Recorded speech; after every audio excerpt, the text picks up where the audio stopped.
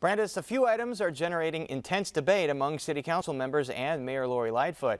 For one, the mayor's proposal that would create a civilian board to oversee the Chicago Police Department was formally introduced today. And the council was to vote on an ordinance renaming Lakeshore Drive after Chicago's first non-indigenous settler, Jean-Baptiste Point DuSable. But that ordinance stalled today. And joining us for details on all these things and more are Alderman David Moore of the 17th Ward on the south side, Alderman Vasquez, who represents the 40th Ward on the north side, Alderman Jason Ervin, the 28th Ward on the west side and chair of City Council's Black Caucus, and Alderman Gilbert Villegas of the 36th Ward on the northwest side and newly elected chair of City Council's Latino Caucus. Welcome all of you back to Chicago tonight. So Alderman Moore, that Lakeshore Drive ordinance stalled. There was some complaining after it passed out of committee that the specifics weren't nailed down yet. Namely, would people have to change their address, how much it would cost? Is everything clear in that ordinance at this point? Everything was nailed down. We had subject matter hearings on this. Last week, the commissioner of CDOT got with us and gave us the information. The legal description told us how many buildings would be impacted, which were no residential, just some of the harbors, a couple of the harbors.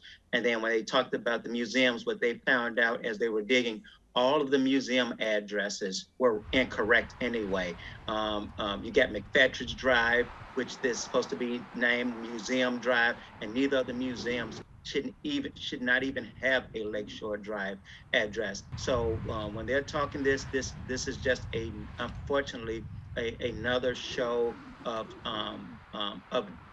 delay, denial of both hope and unity that this Lakeshore Drive renaming after our founding father would bring. So as we mentioned, it did get delayed until next city council meeting, where ostensibly it will get a vote. To Alderman Villegas, do you feel confident enough in the ordinance that you know enough about it that you'd be ready to vote on it? Yeah, I think that the sponsor, David Moore, has worked with and collaborated with the administration, CDOT, to try to flush out any of the nuances that would negatively impact Lakeshore Drive. And so I think the compromise there was to support the outer drive, which would only impact 2 or 3 harbors, as Alderman Moore stated. So I think it was a good compromise. And the fact that CDOT testified in favor of it, I think, is a good indication. Alderman Ervin, the mayor has opposed this to some effect to this point. She's proposed the Riverwalk being renamed DuSable, and then there's DuSable Park right off of the Chicago River downtown. Are those suitable alternatives? I think that these are all complementary pieces for DuSable. I think the DuSable Park is already there. Renaming the Riverwalk and the drive all come together. They all converge right there at the same place. So I think that these are added things the mayor thought about doing in relation to honoring DuSable, who's the founding father of our city. So I think putting all of that together is a great package to honor the man that founded the city of Chicago. And Alderman Vasquez, the mayor needed a couple aldermen sort of to partner with her to delay this until the next city council meeting. Do you think it will have the votes to pass at the next meeting? Yeah, I mean, I think it had the votes to pass in this meeting if it weren't for those type of antics and trying to stall it. This is something that Alderman Moore had socialized with the colleagues over some time, made, concessions to try to get things moving forward. So I really think it's unfortunate that even after all that, knowing that there is support, to still have it be stalled through parliamentary tricks is not the best example to show for the city. All right, another issue causing contentious debate, police oversight. To Alderman Moore, the mayor introduced her proposal for a civilian oversight board. The big difference between the one that's in city council right now and the one that she has is that the one in city council would give this commission more power to shape policy in the police department, and it would be truly elected. The mayor's isn't so much. Who has the better proposal? For me, it's not about who has the better. It's about where it's coming from. Under the previous administration, I went to almost every public meeting, and every resident said We do not want the mayor. We do not want the alderman.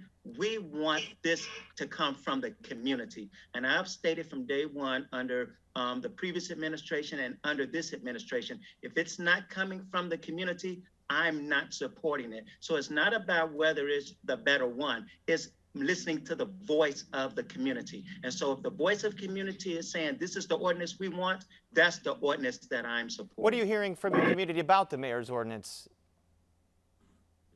Just basically what I'm saying. They're saying we do not want it coming from City Hall, period, whether it's the alderman or whether it's the mayor. They want it to be the voice of the community. And so that's what I'm hearing. And so that's why I'm supporting this ordinance, because these organizations have worked hard, deeply with the ground people in our communities. So it's their voices that I'm listening to. You're talking about the organizations that have supported GAPA and CPAC and now that unity proposal there. Alderman Villegas, the mayor's argument is that the buck for violence and public safety stops at the mayor if you keep a lot of that authority with the mayor to hire and fire the superintendent, to appoint at least some members of the police board. What about that argument?